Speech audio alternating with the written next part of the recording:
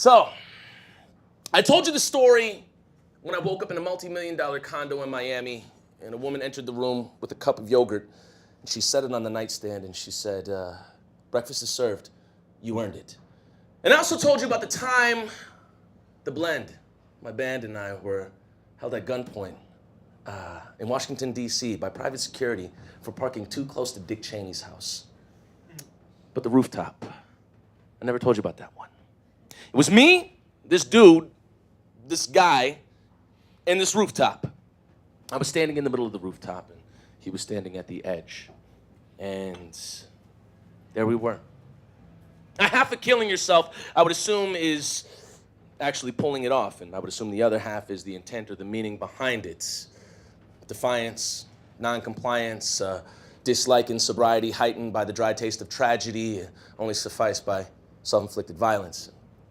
It'd be a shame if he actually fell off on accident at this point in time. He stood straight as the building beneath him, just standing there, with the toes of his shoes creeping off the edge, kissing the cold currents, wisping the weather wherever it would want or have it. I kept thinking, it just would be a damn shame if he fell off on accident. Every 8 seconds or so, the wind would shift too quick for one of his reflexes to not submit in some flailing of hands or hips. It looked like he was managing a goddamn imaginary hula hoop. It was almost as if the wind were telling him to hurry up and get on with it, the poor bastard.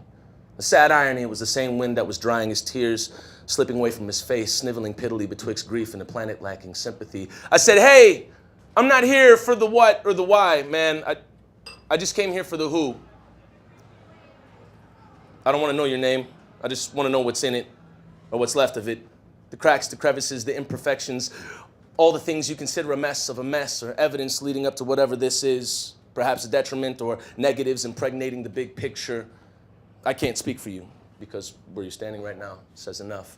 And I'm not new to this. I found friends filleting forearms or fornicating with an overfill of pills, or finding themselves finding a firearm to fill an empty chamber with hopes to fulfill an empty feeling.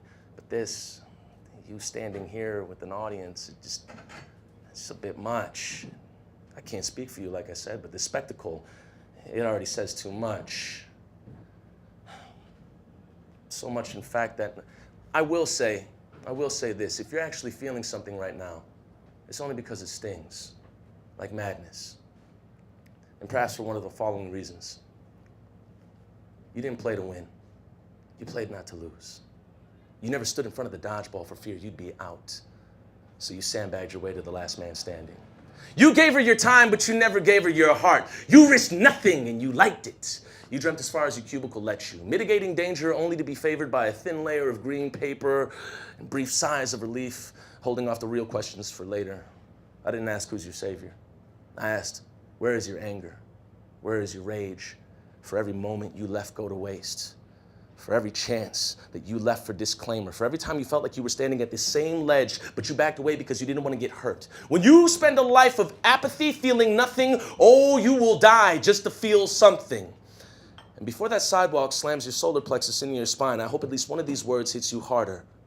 My friend, welcome to the madness, where I have stabbed my flag and pitched my tent into the dirt long ago. This is a habitat, not a place to jump from. The rooftop is where we live. A rationale is what we breathe. But you must try to exhale sense into the world because it needs you to. I cannot and I will not judge the next step that you take, in which direction it goes. But I will say, there's never been a point in your life where you haven't mattered. You always have, and you always will.